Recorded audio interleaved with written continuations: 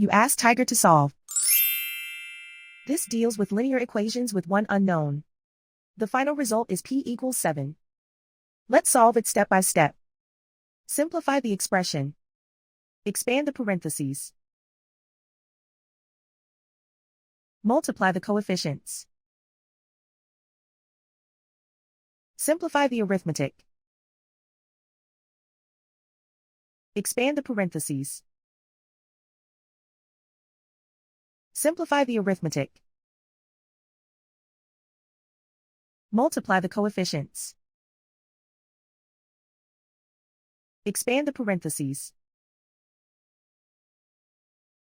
Group like terms.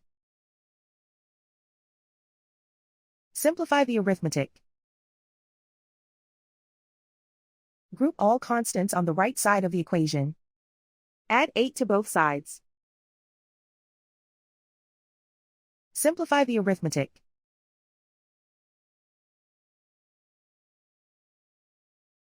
Isolate the m.